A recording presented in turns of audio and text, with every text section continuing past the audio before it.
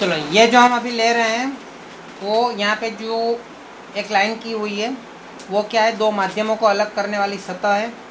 उसके ऊपर माध्यम नंबर 1 है और नीचे जो है वो माध्यम नंबर 2 है। ऊपर का माध्यम पतला यानी हल्का हो सकता है और नीचे का मोटा या गाढ़ा हो सकता है, या फिर ऊपर का हल्का या मतलब गाढ़ा या मोटा हो सकता है तो नीचे का हल्का या पतला हो सकता है। तो जो भी हो सकता है, कुछ भी हो सकता है, लेकिन दोनों माध्यम अलग अलग डेंसिटी वाले मतलब घनत्व वाले होने चाहिए।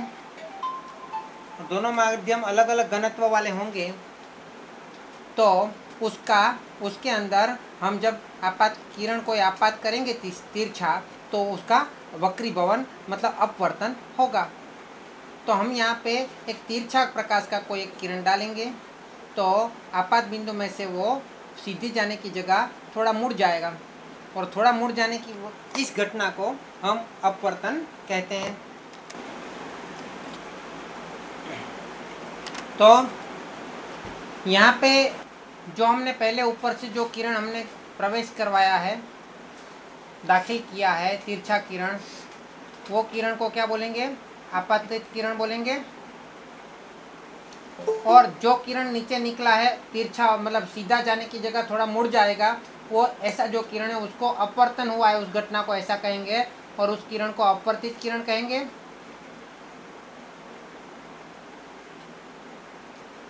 आपतित किरण और अपवर्तित किरण जिस सतह पे आपात बिंदु होता है वो आपात बिंदु के साथ अभिलंब हम बनाएंगे सबसे पहले, और अभिलंब जो बनाएंगे वो अभिलंब के साथ आपात किरण और अपवर्तित किरण का जो कोण बनता है उसे आपात कोण और अपवर्तित कोण कहते हैं।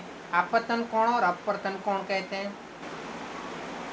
ये θ1 है आपतन कोण है और θ2 है वो अपवर्तन कोण है। अच्छा, ये माध्यम 1 और माध्यम 2 है, उसकी बात करें तो माध्यम 1 अगर हल्का है और माध्यम 2 अगर गाढ़ा है, मतलब माध्यम 1 का घनत्व कम है और माध्यम 2 का घनत्व ज़्यादा है, तो उसमें प्रकाश के वेग में भी तो अंतर होता है। तो प्रकाश के वेग में जो अंतर होता है इसकी वजह से माध्यम 1 में प्रकाश में वेग v1 है और माध्यम 2 में प्रकाश का वेग v2 है, ऐसा हम मानेंगे। तो इसके ऊपर से हमें अपवर्तन के प्रकार मतलब सापेक्ष अपवर्तन और निरपेक्ष अपवर्तन की परिभाषा लिखनी होगी। तो पहले सापेक्ष अपवर्तन की बात कर रहे हैं, तो सापेक्ष अपवर्तन में दोनों ही माध्यमों की तुलना की जाएगी, लेकिन तुलना हम दो अलग अलग रीति से कर सकते हैं। प्रकाश के वेग के जरिए भी कर सकते हैं और उसके कोण के जरिए भी कर सकते हैं। तो जैसे कि स्नेल ने नियम बताया है कि आपतन कोण जो होता है उसकी जो भुजाओं का अनुपात होता है उसको साइन बोलते हैं। क्या बोलते हैं? वैसे भुजाओं के अलग अलग 6 अनुपात होते हैं, लेकिन एक अनुपात जो साइन है वो साइन का हम यहाँ पे उपयोग करेंगे, है ना। तो स्नेल के नियम अनुसार जो हम पहली परिभाषा बनाएंगे वो पहली परिभाषा ये है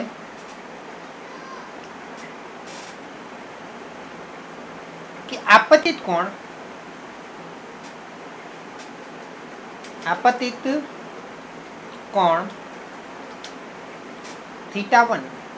और आपतित कोण θ1 के साइन क्या लेना पड़ेगा? का अनुपात लेना पड़ेगा, अनुपात को साइन बोलेंगे। आपतित कोण θ1 के साइन और अपवर्तित कोण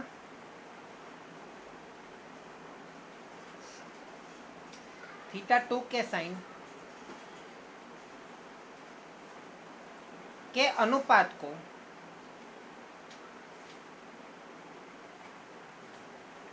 यहाँ पे हम सापेक्ष की परिभाषा लिख रहे हैं, इसलिए हम बोलेंगे माध्यम 1 के सापेक्ष माध्यम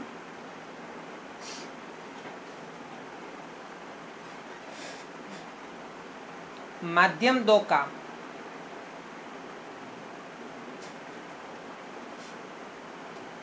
अपवर्तनांक कहेंगे। अपवर्तनांक कहेंगे। यहाँ पे अनुपात मतलब गुणोत्तर, गुजराती में अनुपात मतलब गुणोत्तर और अपवर्तनांक मतलब वक्री भवनांक। तो इसको अगर सूत्र के रूप से देखा जाए तो अपवर्तनांक को ईटा बोलते हैं। ईटा संज्ञा से उसको माना जाता है। ईटा जो है वो एन नहीं है, एन जो है वो सिंपल उसकी दोनों टांगे समान होती है, एन जो है उसकी दोनों टांगे समान होती है, लेकिन हमें एन नहीं बनाना, ईटा बनाना है, मतलब दूसरी टांग जो है वो लंबी बनानी है। इसको क्या बोलेंगे? ईटा पढ़ेंगे। क्या पढ़ेंगे? ETA, ईटा। ओके, तो ईटा मतलब अपवर्तनांक की निशानी है। तो उसको हम कैसे बोलेंगे, किसे समझेंगे कि आपतित कोण का साइन मतलब θ1 का साइन मतलब साइन θ1, और अपवर्तित कोण का साइन, अपवर्तित कोण θ2 है, उसका साइन की बात करें तो साइन θ2 के अनुपात को मतलब के गुणोत्तर को उल्टे से लिखना होगा। ध्यान दीजिएगा, उल्टे से लिखना होगा। माध्यम 1 के सापेक्ष माध्यम 2 का अपवर्तनांक कहेंगे। ये उसकी परिभाषा का सूत्र बन गया पहला। और उसी तरह हम प्रकाश के वेग के जरिए भी उसकी परिभाषा बना सकते हैं और उसका भी सूत्र बना सकते हैं। इन द सेम वे, बिल्कुल इसी तरह माध्यम 1 में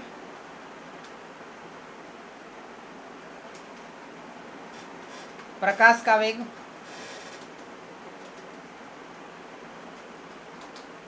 v1 और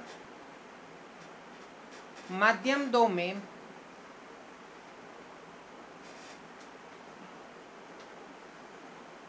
प्रकाश का वेग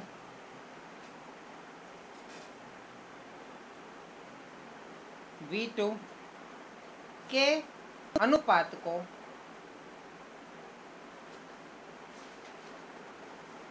माध्यम 1 के सापेक्ष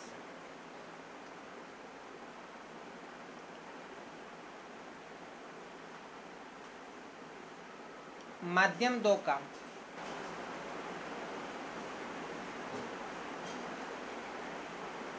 अपवर्तनांक कहेंगे। गुजराती में वक्री भवनांक कहवाय।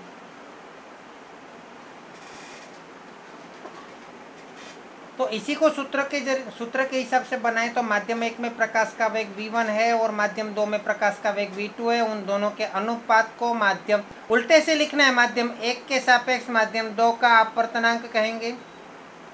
यह हो गया हमारा परिणाम नंबर 2। जिसको भी यहाँ तक समझ में आ गया है यहाँ तक लिख लीजिए, और जो अगर समझ में नहीं आया तो मुझे पूछिए।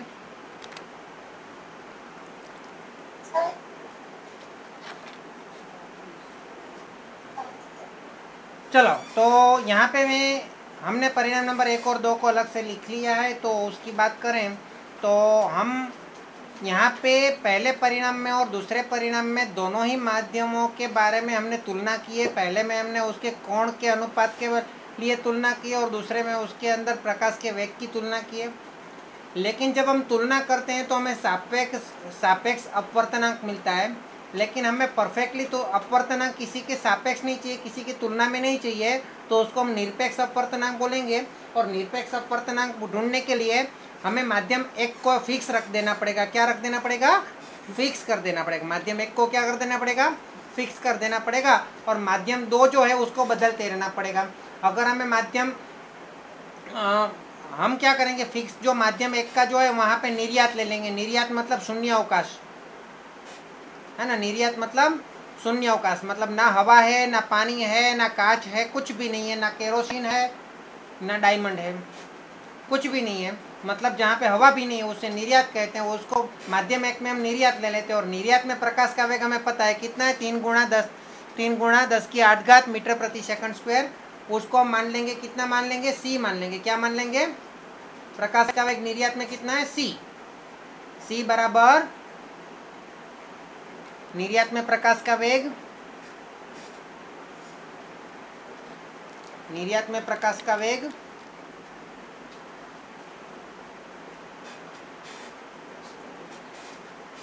निर्यात मतलब शून्य अवकाश, वैक्यूम, c बराबर 3 × 10⁸ मीटर प्रति सेकंड स्क्वायर,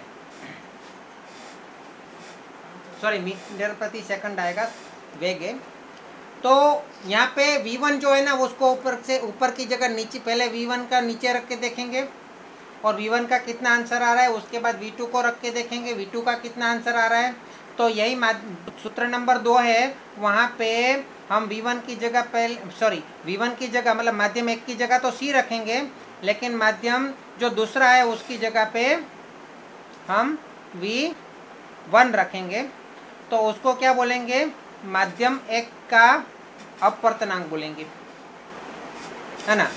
और अगर हम यहाँ पे इसको नंबर दे देता हूँ मैं 3, अगर माध्यम 2 का अपवर्तनांक मुझे ढूंढना है तो मुझे क्या करना पड़ेगा, ऊपर तो c लेना पड़ेगा, लेकिन नीचे क्या लेना पड़ेगा, माध्यम 2 का प्रकाश का वेग।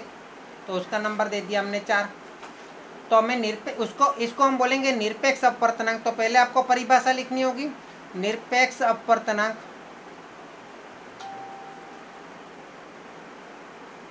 तो निरपेक्ष अपवर्तनांक की परिभाषा क्या होगी कि माध्यम 1 या फिर ऐसा बोले निर्यात, क्या बोलेंगे, निर्यात के सापेक्ष किसी भी माध्यम के अपवर्तनांक को, निर्यात के सापेक्ष किसी भी माध्यम के अपवर्तनांक को निरपेक्ष अपवर्तनांक कहते हैं।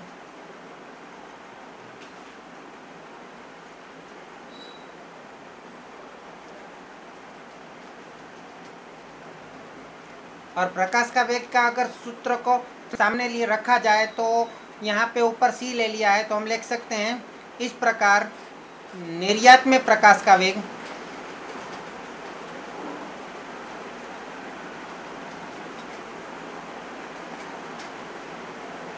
और माध्यम में प्रकाश का वेग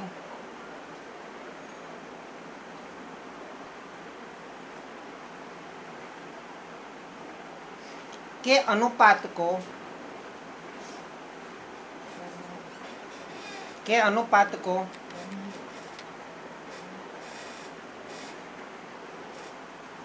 उस माध्यम का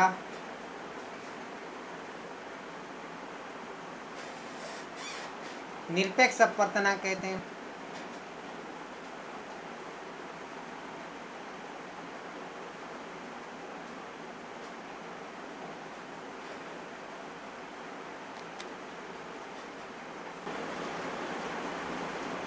तो परिणाम नंबर 3 और परिणाम नंबर 4 को हमने लिख दिया है।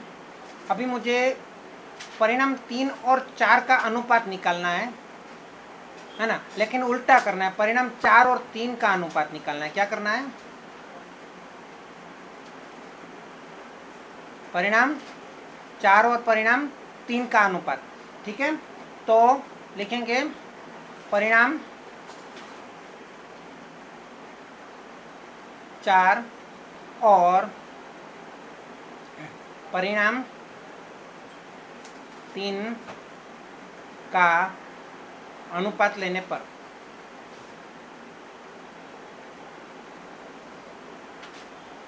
क्या होगा कि यहाँ पे लेफ्ट साइड में 𝜃2 है, उसके बट्टे में 𝜃1 आएगा,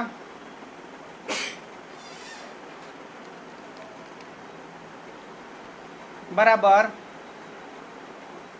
राइट साइड में C/V2 है, उसके बट्टे में C/V1 आएगा। तो C/V2 और C/V1 जो है उसको मैं ऐसे लिख सकता हूँ, C/V2 गुणा करके लिखूंगा तो नीचे वाला उल्टा हो जाएगा, व्युत्क्रम हो जाएगा, विलोम हो जाएगा, V1/C। तो C कट जाएगा, तो क्या मिलेगा मुझे, 𝜃2/𝜃1 इज इक्वल टू V1/V2 मिलेगा। परिणाम नंबर 5।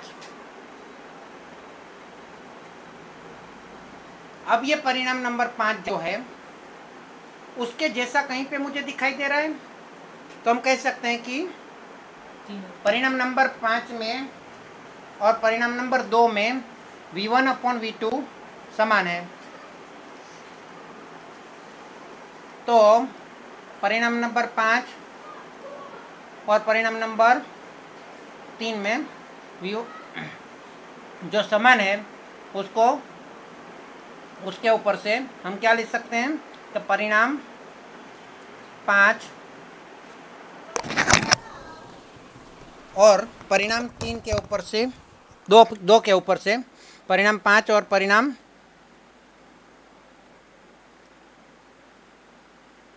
2 पर से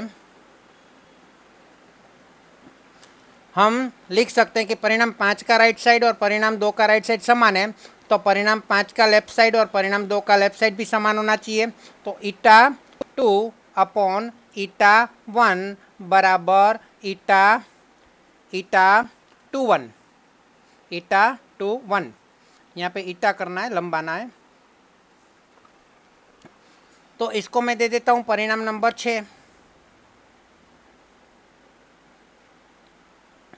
फिर वापस देखते हैं कि परिणाम नंबर 6 के जैसा कुछ है, तो वो मैं परिणाम नंबर 1 में मिल रहा है। परिणाम नंबर 1 में η2/1 लेफ्ट साइड में है और परिणाम नंबर 6 में η2/1 जो है वो राइट साइड में वो समान है। तो परिणाम नंबर 6 और परिणाम 6 और परिणाम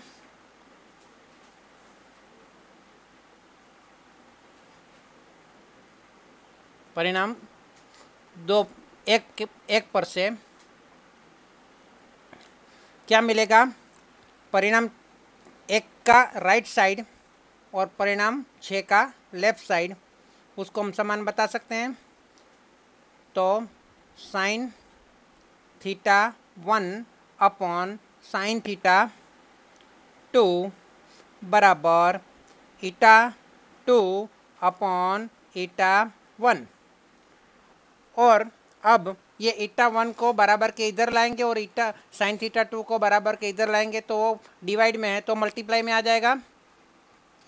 तो sin θ1 उसके साथ η1 का गुणा करना, वो मैं आगे लिख देता हूँ। η1 बराबर η2 के गुणा में क्या आएगा, sin θ2। ये हो गया हमारा परिणाम नंबर 7। परिणाम नंबर 7 को स्नेल के नियम का प्रमाणित रूप बोलते हैं, स्टैंडर्ड फॉर्म। परिणाम नंबर 7 को क्या बोलेंगे, स्नेल के नियम का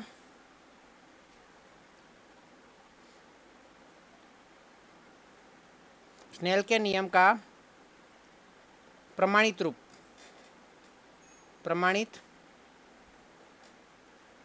या स्टैंडर्ड फॉर्म। ठीक है,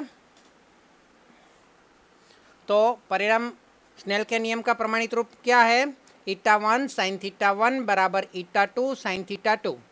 इसके ऊपर से हम बहुत कुछ आगे कार्य कर सकते हैं, बहुत गिनतियां कर सकते हैं, बहुत सवाल को सॉल्व कर सकते हैं। तो यहाँ पे आपका ये सवाल ख़त्म होता है। ठीक है।